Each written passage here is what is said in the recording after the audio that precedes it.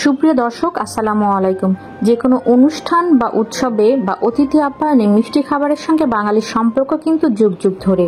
বাঙালির খাবার টেবিলে বিশেষ খাবারের পাশাপাশি মিষ্টি খাবার না থাকলে যেন জমেই না। তাই আজকে আমি আপনাদের সাথে শেয়ার করছি খুবই মজাদার একটি মিষ্টি বা ডেজার্ট রেসিপি। আজ করে দেখাবো ছোট বড় সবারই খুবই পছন্দের আর খুবই কমন একটা রেসিপি, ছোলার ডালের বরফি বা সন্দেশ, যেটা কম বেশি সবাই তৈরি করতে পারে।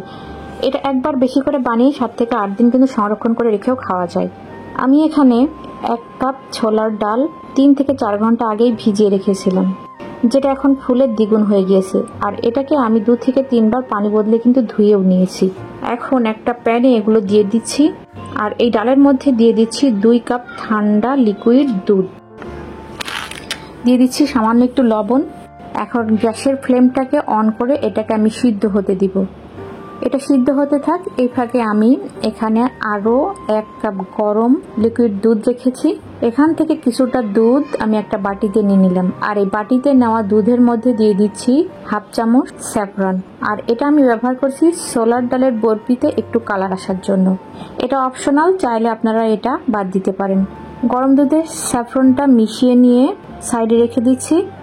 আর এখন কাপের অবশিষ্ট গরম দুধের মধ্যে 1/2 কাপ গুঁড়া দুধ মিশিয়ে রাখছি। এটা বরফি তৈরিতে কাজে লাগবে। এর মধ্যে বুটের ডালগুলো কিন্তু প্রায় সিদ্ধ হয়ে এসেছে। আমি প্রায় 30 মিনিটের মতো এটাকে সিদ্ধ করে নিয়েছি। এখন ঢাকনা খোলা রেখে 10 মিনিটের মতো এটাকে জাল করে নিব। তারপর 10 মিনিট পর চুলার জালটা অফ করে এটাকে আমি ঠান্ডা করে নিব। এই যে ডালটা কিন্তু ঠান্ডা হয়ে গেছে, দেখতে পাচ্ছেন দুধটা কিন্তু একটু টেনে এসেছে। এখন এগুলোকে দুধ সহ ব্লেন্ডার জারে খুব ভালো মতো মিহি পেস্ট করে নিব। আমি সবগুলো মিহি পেস্ট করে নিয়েছি। আমি কতটা মিহি পেস্ট করে নিয়েছি সেটা আপনাদের দেখিয়ে দিচ্ছি। এখন চলে যাচ্ছি বরফি তৈরিতে। প্রথমে মিডিয়াম ফ্লেমে প্যানটা গরম করে নিয়েছি, নিয়ে এর মধ্যে দিয়ে দিচ্ছি 1/2 কাপ ঘি। ছোলার ডালের বরফি বানাতে ঘিয়ের পরিমাণটা একটু বেশি দিতে হবে। এই বরফিটা তেল দিয়েও বানানো যাবে, তবে ঘি দিয়ে বানালে এটা খেতে বেশি ভালো লাগবে। তেল দিয়ে বানালে তেমন একটা ভালো লাগে না। 1/2 কাপ ঘি থেকে 2 টেবিল চামচের মতো ঘি আমি সরিয়ে রাখছি, এটাও পরে ব্যবহার করব। প্যানের ঘি গলে এলে এতে আগেই ব্লেন্ড করে রাখা ছোলার ডালের পেস্টগুলো দিয়ে দিলাম। তারপর দিয়ে দিচ্ছি একটু ফ্লেভারের জন্য 4টি এলাচ ও 2টি দারুচিনি। তারপর সবকিছু ঘিয়ের সাথে ভালো করে ভুনতে হবে, যাতে ডালের কাঁচা গন্ধটা একদমই চলে যায়।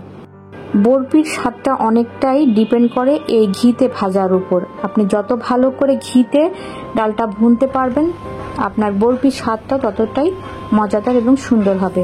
একটু সময় নিয়ে মিডিয়াম টু লো ফ্লেমে ডালটা পানি টেনে আসা পর্যন্ত ঘিয়ের সাথে ভুনতে হবে।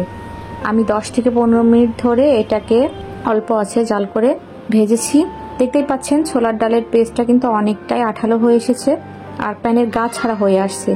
এর মানে হলো এটা পারফেক্ট ভুনা হয়েছে।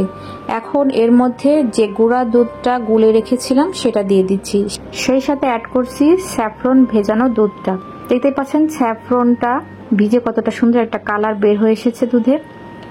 এবার সবকিছু ভালো করে ডালের সাথে মিশিয়ে নিতে হবে। ভালো করে মিশিয়ে নিয়ে কিছুক্ষণ জাল করার পরে এর মধ্যে আমি অ্যাড করে দিচ্ছি 1 কাপ লিকুইড দুধ। আগেই বলেছি এটা বরফি বা সন্দেশ, এটা কিন্তু হালুয়া না, তাই দুধের পরিমাণটা বেশি দিতে হবে। টোটাল আমি 4 কাপ লিকুইড দুধ ব্যবহার করেছি। দুধের পরিমাণটা বেশি দিলেই কিন্তু এই সন্দেশ বা বরফিটা খেতে কিন্তু বেশি মজাদার হবে। দুধ ভালো মতো মেশানো হয়ে গেলে আমি এর মধ্যে 1 কাপ চিনি অল্প অল্প করে অ্যাড করে মিশিয়ে নিচ্ছি। আমি 3 বার করে চিনিটা মিশিয়ে নিয়েছি। চিনি দেবার পরে ডালের ঘনত্বটা দেখবেন একটু পাতলা হয়ে এসেছে। তারপর এটাকে আবারও পানি টেনে শুকিয়ে আসা পর্যন্ত মিডিয়াম টু লো ফ্লেমে অনবরত নেড়ে জাল করতে হবে। নাড়া বন্ধ করা যাবে না, তাহলে প্যানের তলায় লেগে এটা পুড়ে যাবে, তখন আর বরফিটা খেতে ভালো লাগবে না। কিছুক্ষণ নেড়ে পানি এসেছে, তখন আমি এখানে আরো 2 টেবিল চামচের পরিমাণ চিনি অ্যাড করেছি। আমি টোটালে 1 কাপের মতো চিনি এখানে অ্যাড করেছি। আমি 2 থেকে 3 বার চিনি অ্যাড করেছি, একটু টেস্ট করে করে, যাতে স্বাদের ব্যালেন্সটা কোনো হেরফের না হয়। আপনারা এর থেকে বেশি খেতে চাইলে পরিমাণটা বাড়িয়ে দেবেন। এরপর এর মধ্যে ওই যে ঘিটা সরিয়ে রেখেছিলাম ওটা দিয়ে দিচ্ছি। এবার ঘিয়ের সাথে এটাকে মিশিয়ে নিয়ে এবার পুরোপুরি শুকিয়ে টেনে আসা পর্যন্ত এটাকে ভালোভাবে নেড়ে চেড়ে জাল করতে হবে 10 থেকে 15 মিনিট। জাল করতে করতে এক সময় দেখবেন ডালের গা থেকে ঘি ছেড়ে দিয়েছে আর প্যানের গা ছাড়া হয়ে উঠে আসছে। তখন বুঝতে পারি এটা পারফেক্টলি তৈরি হয়ে গেছে। একটা চামচে আমি একটু উঠিয়ে দেখিয়ে দিচ্ছি, হাতে নিয়ে একটু উঠিয়ে গোল করলেই দেখবেন এটা আঠালো হয়ে জমে যাচ্ছে। তো এটা জমে যাচ্ছে, এখন আমি জাল করা বন্ধ করে দিব। এখন চুলার জালটা অফ করে আমি একটু সামান্য ঠান্ডা করে নেব। এবার এর মধ্যে ওই যে এলাচ আর দারুচিনি দিয়েছিলাম এটাকে তুলে সরিয়ে ফেলে দিব, কারণ এর যে কাজ সেটা কিন্তু বরফির মধ্যে ঢুকে গেছে আর এর প্রয়োজন নেই, তাই এটাকে আমি তুলে ফেলে দিচ্ছি। আর এটা তুলে ফেলে দিলে বরফির শেপ দিতেও সুবিধা হবে। এখন এগুলোকে হালকা গরম থাকা অবস্থায় একটা প্লেটে ঢেলে নেব। যে পাত্রে আমি বরফিটা বানাবো সে পাত্রে উপরে প্রথমে কিছুটা ঘি ব্রাশ করে নিচ্ছি, এতে করে বরফিগুলো প্লেটের গায়ে লেগে যাবে না। এরপর খামিরটা প্লেটে ঢেলে একটা স্প্যাচুলার সাহায্যে আমি সমান করে নিচ্ছি। চাইলে আপনারা এটাকে বেলুনের সাহায্যেও সমান করে নিতে পারেন।